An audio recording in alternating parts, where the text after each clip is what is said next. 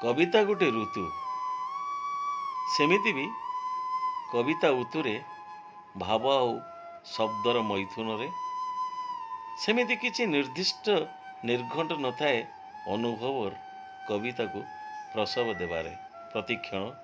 प्रतिदिन प्रतिबार तीनोटी क्षुद्र कविता कवि प्रफुल्ल चक्र। प्रथम कविता हस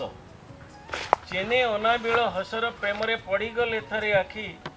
चेने अनाबिल हसर प्रेमरे पड़गले थरे आखि हृदय सन्यासी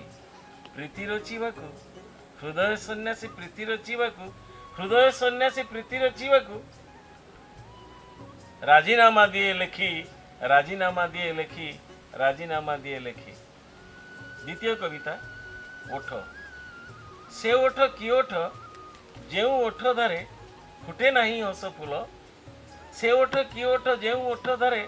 फुटे नहीं हस फूल हस पाई हस फेरेई पारेनी हस पाई हस फेरेई पारेनी दिएनी हसर मूल दिएनी हसर मूल दिएनी हसर मूल। तृतीय कविता आखि से आखि कि आखि देखे से केवल कथा कही पारे नहीं से आखि कि आखि देखे से केवल कथा कही पारे नहीं चाहाणी को पढ़ी मन तल कथा